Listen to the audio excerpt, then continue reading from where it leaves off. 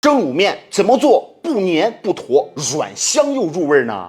首先需要准备手工面条，配菜呢准备豆芽、芹菜和切好的五花肉。这个配菜没有固定的，大家可以根据自己的喜欢加入自己喜欢吃的青菜都行。小料咱们准备葱、姜、少许的花椒、1个八角和少许的干辣椒，增加香味儿。这个面条啊，咱们稍微的拽短一点哦，不要太长。如果面条太长了，第一，咱拌的时候呢不容易拌匀；第二，蒸完吃起来的时候呢不方便入口，所以咱们稍微的拽短一点，然后往里边呢加入少许的食用油，然后把面条呢给它充分的拌匀。加入食用油拌过的面条，咱蒸的时候呢才能防止它粘坨在一起，这可是重点之一。拌好的面条啊，咱们放入笼屉里面去蒸。咱们蒸的时候，这个面条一定要铺的薄一点哦，别铺的太厚。如果说铺的太厚的话，这个面条蒸出来啊，它容易坨在一起。所以我们把面条给它铺的稍微薄一点，这样啊，进气均匀，蒸出来的面条才不会坨。大火烧开，盖上锅盖，蒸上20分钟。趁着蒸面条这个时间啊，咱把这个卤汤也给炒一下。锅里来点油，先放五花肉，把五花肉炒香，炒至变色，加入小料。小料啊一定要爆香，小料炒香后加入少许的五香粉或者13香都行，把这个香料粉的这个料香味啊一定用油给它炒香。然后呢，咱们往里边要加入少许的花雕酒，来顺着锅边烹香。适量的生抽，倒入豆芽和芹菜，把豆芽和芹菜啊一定要给它炒至断生，然后加入开水。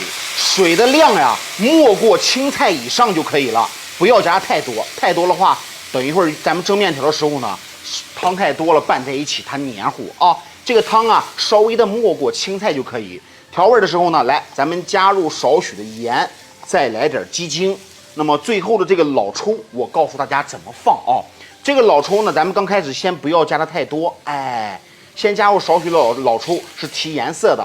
把这个汤汁咱们给它烧开，小火煮上3分钟，把香味融入到汤里面，一定要先煮3分钟。卤汤煮好以后啊，咱们把这个菜和卤汤给它单独去放这样呢，我们单独去放，单独去蒸，这才是蒸卤面的重点细节所在。每天啊都用心教做菜，还是那句话，麻烦您帮忙点个小红心，鼓励一下呗，谢谢大家。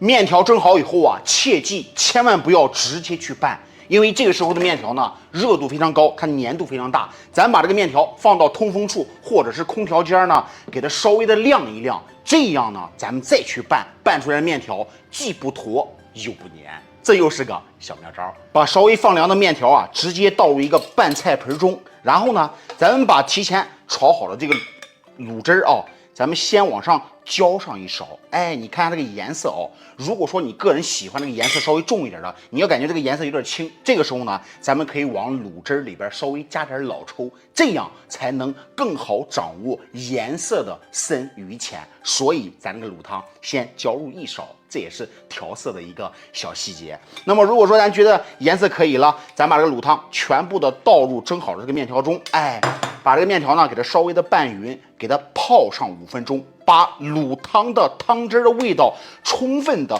拌到面条里面，这样的卤面吃起来才有滋有味。最后啊，把面条再次的倒入蒸屉中，然后呢，把咱们提前单独挑出来这个卤菜给它放到上面面条在下，卤菜在上，这样蒸出来呢也比较有层次感。好，再次的给它铺匀铺的稍微薄一点，然后呢，咱们盖上锅盖，再次蒸上10分钟。时间到，出锅。最后啊，把蒸好的卤面给它拌匀就可以吃了。来看看这个蒸卤面我喜欢这个颜色它不深，比较清气。看这个面条非常蓬松不粘不粘。哎呀，我先尝一口，真香，不粘不粘，入口软香。就这个蒸卤面，再配上2瓣大蒜，那真是妥了。